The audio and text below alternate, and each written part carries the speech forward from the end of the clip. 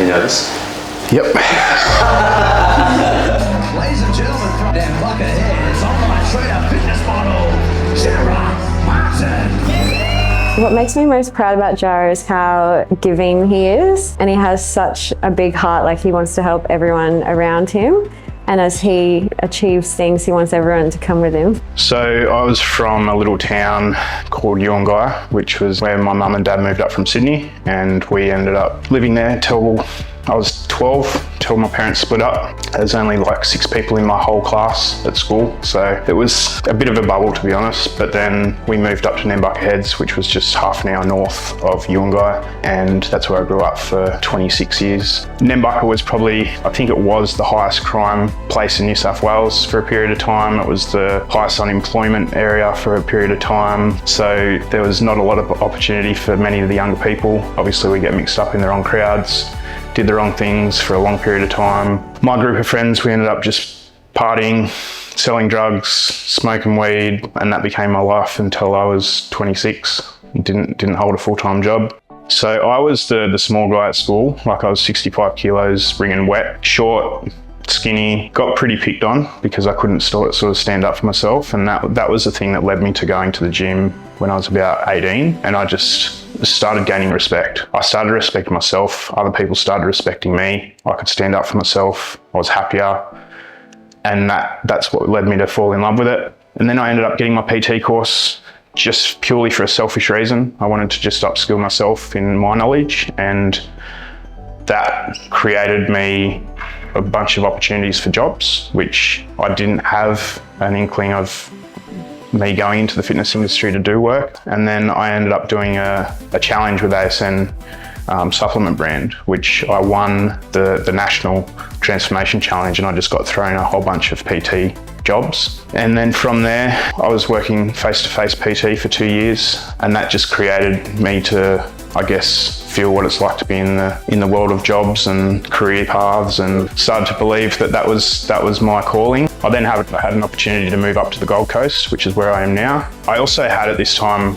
a inheritance that I got from my grandmother. Just before COVID, I invested 80 grand into a company that was supposed to trade for me. It was supposed to trade Forex. Put in 40 to start with. There was a return coming into my bank, so I went all in, and I had another 80 grand in my bank, which I put in.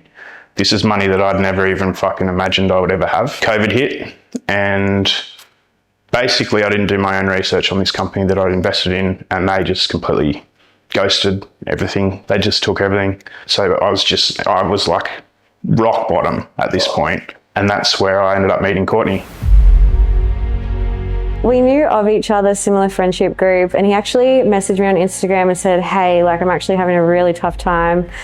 Can we go for a walk? And I was like, oh, who is this guy? You know, he's covered in tats, I'm not too sure. And I made him meet down the road from my house, and I'm not giving him my address.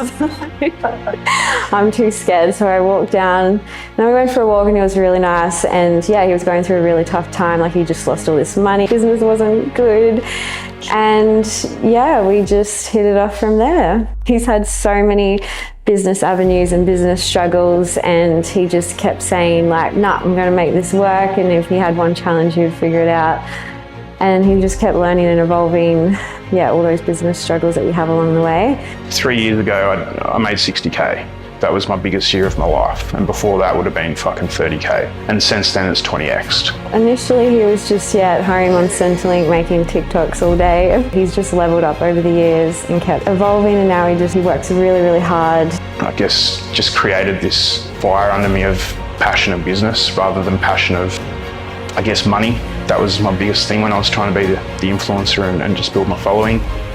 I guess the first thing was just belief in myself. That was the first thing that made me just go, I can do this. I've always told my mum that I was going to be successful. I never knew how, but I always said that I was going to be a millionaire, and it was drugs, then it was business, but I just had this belief that it was going to happen. So that was the first thing. The second thing was caring about the clients rather than the business actually providing money and helping people.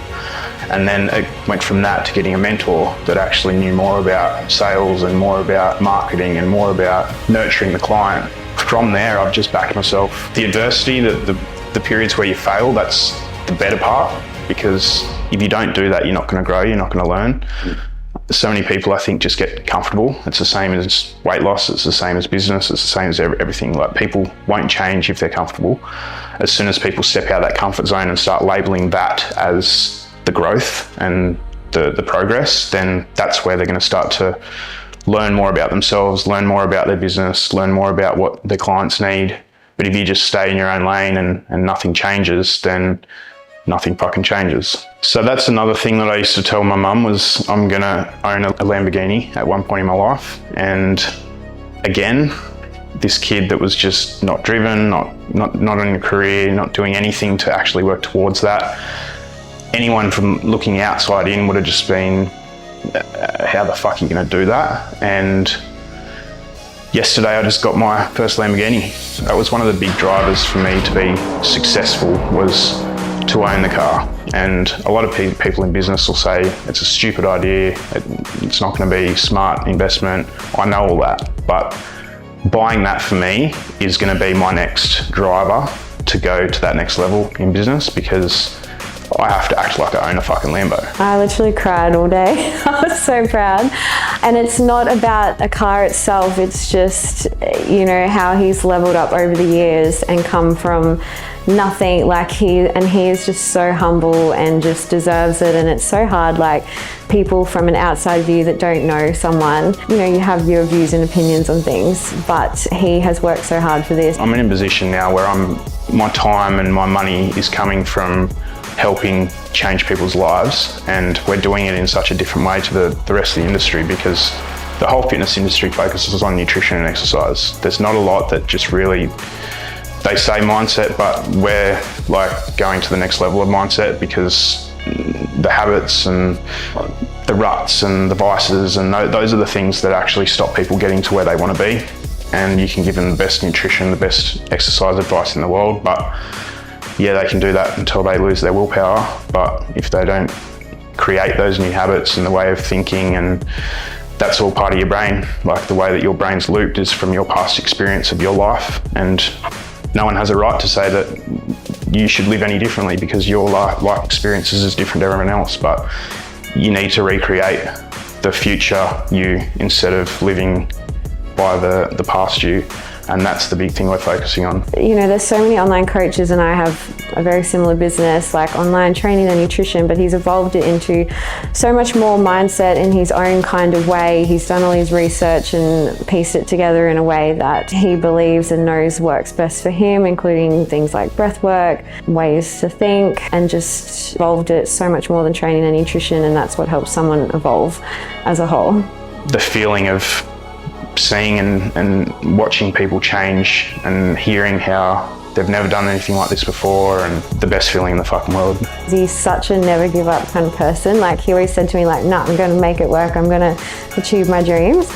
But I would just support him as I have done and go, yeah, everything's going to work out, like, you'll always figure it out kind of thing. But he knew that, like, he doesn't need advice. People think when you want to lose fat or build muscle that you have to be in the gym for 5 hours a day. It's one of the most common questions I get. Fuck, you must be in the gym for 3 or 5 hours a day. It's like, nah, I'm in there for 45 minutes, if that, sometimes. It's just another fad part of this fitness industry that people bank on and market and assume. And again, it's another point of difference on what we're about, is giving people a lifestyle rather than something that's just going to run them into the ground. I reckon that's us done. Perfect. Nice. Testing, 1, 2, 3. Count 5. 1, 2, 3, 4, 5. Look straight here, Joe. 1, 2, 3, 4, 5. So every single week I'll freshen myself up with fresh fade, and the reason that I did that was because I used to have fuck all money, and I also hated barbers fucking my hair up, so I fucked it up for 6 months, and 5 years later, so I've now got good at doing it myself, and I'll never trust a barber again.